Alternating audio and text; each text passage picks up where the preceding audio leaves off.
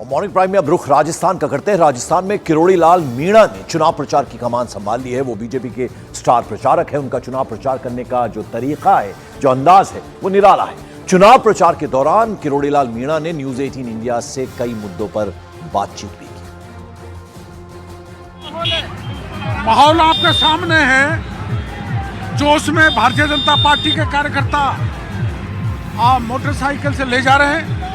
एक जगह नुक्कड़ सभा है, उस नुक्कड़ सभा में उम्मीदवार के बारे में हम भी विचार रखेंगे। हमारे एमएलए साहब हैं रामोतार जी बैरवा जो चाकसू से हैं, और सभी समाज के लोग।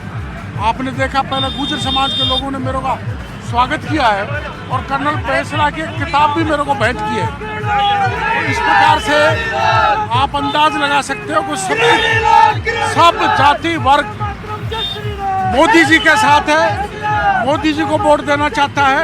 इस माहौल से आप आसानी से कहा जा सकता है कि हमारी सीट दौसा, जिसको कमजोर मान के चलते थे, वो एक पहली सीट होगी जो सबसे पहले जीत दर्ज कराएगी। लेकिन राजस्थान में कई सीटें आपकी फंसी हुई है ना, ये कुप्रचार है, ये भ्रामक है। कांग्रेस गुमराह करके वोट लेना चाहती है। कोई सीट नहीं फंसी हुई। ये तो इनका मेरे को भी मेरी सीट भी जब मैं लड़ा था सवाई माधोपुर, तो उसको फंसी हुई बता दिया था, लेकिन मैं 22,500 से जीत के आया था। कोई सीट फंसी हुई नहीं है। कांग्रेस रणनीति के तहत राजस्थान की जनता को गुमराह कर रही है। डॉक्टर साहब, आप मेहनत काफी कर रहे हैं, क्या लेकिन आपके समर्थक कह रहे हैं कि डॉक्टर साहब ने मेहनत बहुत की, लेकिन इतना इनाम ये कितना अच्छा इनाम है कि कार्यकर्ता हृदय से, अंतर मन से मेरे नारे लगा रहे हैं, मेरे को प्यार दे रहे हैं। इससे बड़ा कोई पद नहीं होता। मेरा कद इन्होंने इतना बढ़ा दिया कि उसके सामने पद कुछ भी महत्व नहीं रखता। लेकिन जो आपके समर्थक उम्मीद कर रहे थे, डॉक्टर किरोड़ी लाल मीणा को मुख्यमंत्री देखना चाहते थे, जिस तरह से आपके समर्थक उम्मीद कर रहे थे आपको सीएम। मैं कर्मण्यवादी कार्येषु मां फलेषु कदाचन, भगवान कृष्ण के उपदेश में भरोसा करता हूँ। किस्मत में होगा तो ठीक है, नहीं जो मिला है उसको लेकर जनता की सेवा करेंगे। समर्थक कुछ निराश होंगे, आपको लगता है नाराजगी का क्या नुकसान होगा बीजेपी को? मैं जितने भी नाराज समर्थक हैं, नाराज समाज है, उसको मैं मतदान पड़ने तक 19 अप्रैल को मतदान होगा, तब तक सबको खुश कर लूँगा, प्रसन्न कर लूँगा, और वैसे ही वोट दिलाऊंगा जैसे मेरे को वोट दिया था। अशोक गहलोत कह रहे हैं कि ये जो आप 400 पार का नारा दे रहे हैं, इसका मकसद ये है कि आप बहुमत में आना और आरक्षण खत्म करना। देखो, प्रधानमंत्री अटल बिहारी वाजपेयी बने थे, उन्होंने भी आरक्षण बढ़ाया। प्रधानमंत्री नरेंद्र मोदी जी ने 2019 में आरक्षण बढ़ाया, और अभी एक महती सभा में प्रधानमंत्री मोदी जी ने कहा है कि आरक्षण के साथ जब तक मोदी है तब तक किसी प्रकार की छेड़छाड़ नहीं की जाएगी। और क्या इस बार सत्ता में आएंगे तो यूसीसी लागू करेंगे? बिल्कुल, ये हमारे एजेंडा में है, ये हमारी विचारधारा का मुख्य हिस्सा है। अब की बार मोदी सरकार 400 पार करेगी तो यूसीसी लागू करेगी।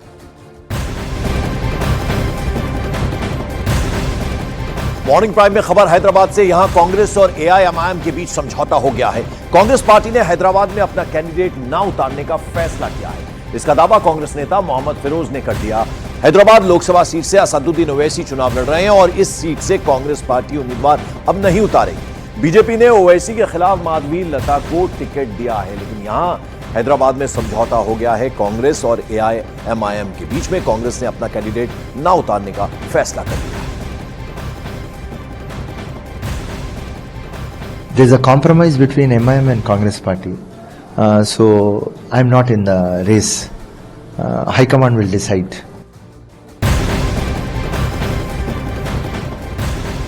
तो हैदराबाद में कांग्रेस और ओवैसी के बीच हुए समझौते पर बीजेपी ने अब निशाना साधा है। केंद्रीय मंत्री जी किशन रेड्डी ने कहा एआईएमआईएम, कांग्रेस और बीआरएस तीनों के तीनों मिले हुए हैं और ये हिंदुओं के खिलाफ काम करते हैं। तो बड़ी बात यहां कह दी है बीजेपी ने। जी किशन रेड्डी जो कि केंद्रीय मंत्री भी हैं, सीधे सीधे निशाना साधा है। उन्होंने कहा कि यहां तीनों मिले हुए, एआईएमआईएम, कांग्रेस और बीआरएस, और ये हिंदुओं के खिलाफ काम करते हैं। ये तीनों कांग्रेस पार्टी हो, एमआईएम पार्टी हो और बीआरएस पार्टी हो, तीनों एक ही है, एक ही ग्रुप है, तीनों का डीएनए एक ही है, तीनों मिलके काम करते हैं, तीनों मिलके पुराने शहर के हिंदुओं के खिलाफ बात करते हैं।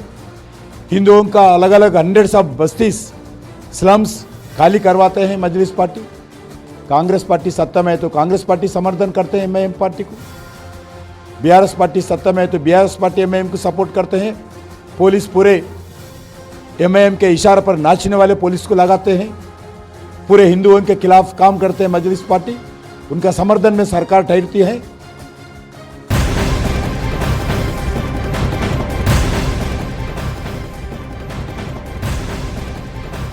और इधर उत्तर प्रदेश की पीलीभीत लोकसभा सीट से उम्मीदवार जितिन प्रसाद का बड़ा बयान सामने आया है। इंडिया अलायंस के मैनिफेस्टो पर मुस्लिम लीग की छाप है, ये उन्होंने कहा है। जितिन प्रसाद ने यह भी कहा है कि देश की जनता से दूर हो चुकी है कांग्रेस। साथ साथ उन्होंने एक और बड़ी बात की कि सीए से पीलीभीत में बंगाली समाज को फायदा मिलेगा। ये बड़ी बातें कही हैं। विपक्ष के मैनिफेस्टो पर मुस्लिम लीग की छाप है, यानी जो मैनिफेस्टो है कांग्रेस का, उसको लेकर सवाल उठा ले। देश की जनता से दूर हो चुकी है कांग्रेस पार्टी। खुद कांग्रेस में थे, बीजेपी ज्वाइन की, अब कैंडिडेट है पीलीभीत से। तो ये बड़ी बातें उन्होंने कही हैं। पीलीभीत से उम्मीदवार है जितिन प्रसाद, बड़ा बयान उन्होंने दिया। उन्होंने कहा कि सीए से पीलीभीत में बंगाली समाज को फायदा मिलेगा। मेरे साथ जितिन प्रसाद जी मौजूद हैं, वो पीलीभीत से प्रत्याशी हैं अब की बार भाजपा के। जितिन जी, जब प्रधानमंत्री यहाँ आए थे तो उन्होंने सीएए की काफ़ी बात करी। यहाँ पे सीएए का पूरा मैसेज फैलाया जा रहा है। उन्होंने बात करी क्यों सीएए की ज़रूरत थी, क्यों जो पाकिस्तान, अफगानिस्तान से जो हिंदू लोग आ रहे हैं हमारे भाई बहन के समान हैं।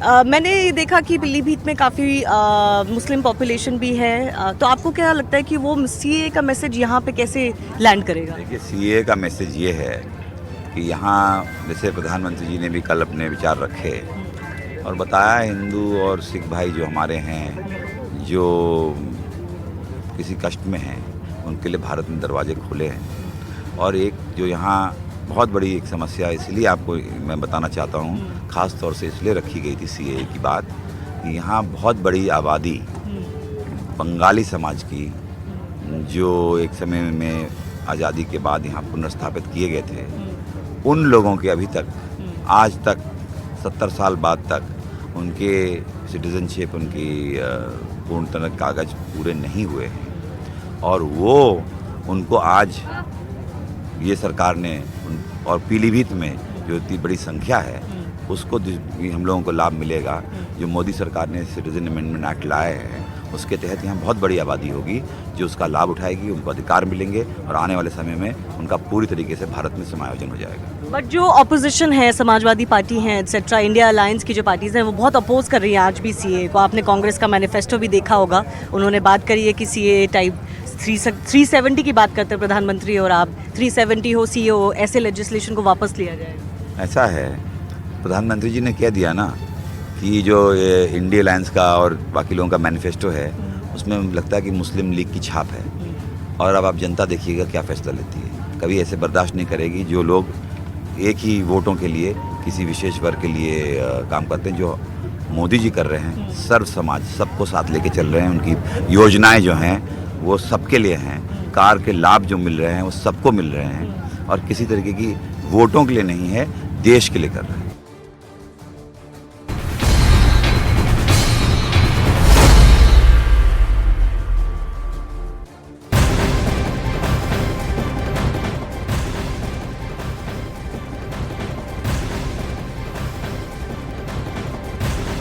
और मॉर्निंग प्राइम में बड़ी खबर, बंगाल में बीजेपी नेता शुवेंदु अधिकारी ने तृणमूल कांग्रेस विधायक हमीदुल रहमान का एक video social media platform x पर जारी किया है।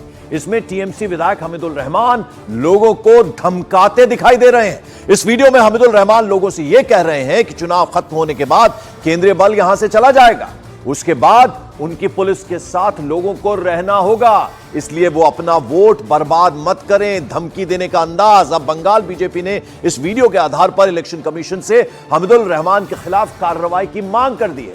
उत्तर दिनाजपुर के चोपड़ा से हमीदुल रहमान एमएलए हैं और 2022 में विधानसभा चुनाव के दौरान भी इनके विवादास्पद बयानों ने खूब तूल पकड़ा था। अब एक बार फिर धमकाने के अंदाज में उनका यह बयान आया। जरा सुनिए क्या कहा है उन्होंने लोगों से।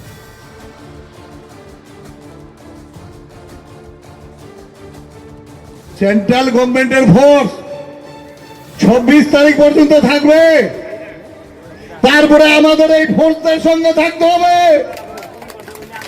মূল্যবান ভোটগুলো নষ্ট করবেন না, বাদরামি করবেন না। 26 তারিখে সেন্ট্রাল বাহিনী চলে যাবে, তারপরে আমাদের এই সেন্ট্রাল বাহিনীরা থাকবে। তখন অভিযোগ করবেন না যে আমার কি হলো, আমার এটা হলো। और बीजेपी नेता शुभेंदु अधिकारी ने तृणमूल कांग्रेस विधायक हमीदुल रहमान का वीडियो पोस्ट करते हुए सोशल मीडिया प्लेटफॉर्म एक्स पर लिखा, चोपड़ा से टीएमसी विधायक हमीदुल रहमान अपने खिलाफ दर्ज आपराधिक मामलों के लिए जाने जाते हैं। यहां उन्हें वोटरों और विपक्षी पार्टी के कार्यकर्ताओं को धमकाते हुए देखा जा सकता है। उनका आदेश साफ है, एक बार चुनाव खत्म हो जाने के बाद केंद्रीय बल चले जाएंगे और एकमात्र बल जो रहेगा वो उनका यानी तृणमूल कांग्रेस का है। मतदाता और विपक्षी पार्टी के कार्यकर्ताओं को उनसे निपटना होगा। मैं चुनाव आयोग से चोपड़ा से टीएमसी विधायक हमीदुल रहमान के धमकी भरे वीडियो पर संज्ञान लेने का आग्रह करना चाहूंगा, जो स्पष्ट रूप से मतदाताओं को डराने की कोशिश कर रहे हैं। शुभेंदु अधिकारी ने यह एक्सपोज किया है।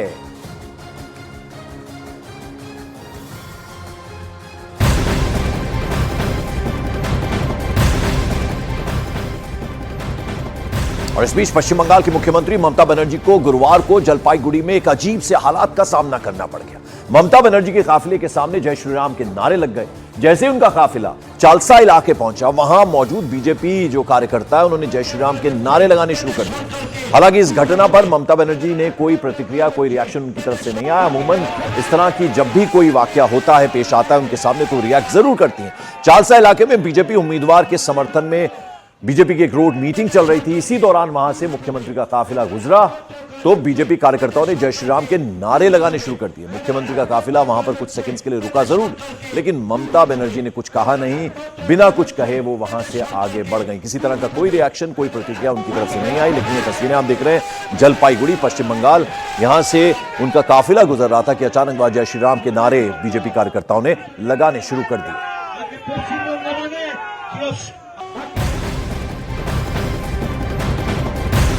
मॉर्निंग प्राइम में बड़ी खबर, संदेश खाली में महिलाओं के खिलाफ अपराध और जमीन कब्जे से जुड़ी शिकायतें दर्ज कराने के लिए सीबीआई ने अब एक ईमेल एड्रेस जारी किया है। सीबीआई ने कदम कलकत्ता हाईकोर्ट के आदेश के बाद उठाया है।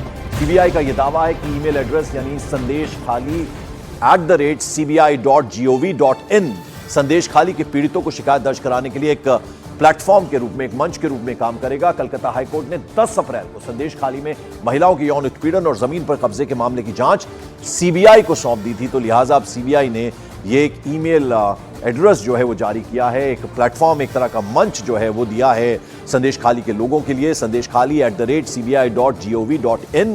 और इस पे जो भी शिकायत है, किसी भी तरह की शिकायत है, संदेश खाली के लोग इस पर अपनी शिकायत दर्ज करा सकते हैं। तो ये सीबीआई की तरफ से एक्शन लिया गया। अभी सीबीआई को जांच का जिम्मा सौंपा था कलकत्ता हाईकोर्ट ने, उसके बाद सीबीआई ने ये कदम उठाया है। यानी अगर आप किसी भी तरह की कोई शिकायत है, किसी के साथ बुरा व्यवहार वहां पर हो रहा है, वो महिला हो, पुरुष हो या कोई भी हो, वो जाकर इस एड्रेस पर, ये ईमेल एड्रेस जो है सीबीआई की तरफ से जो जारी किया गया है, उस पर अपनी शिकायत दर्ज करा सकता है।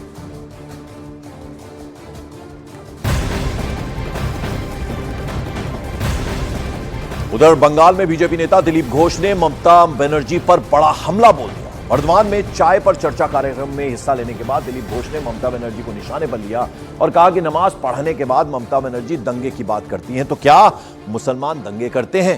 उन्होंने पूछा कि ममता बनर्जी मुसलमान को बार बार दंगे का खौफ क्यों दिखा रही हैं।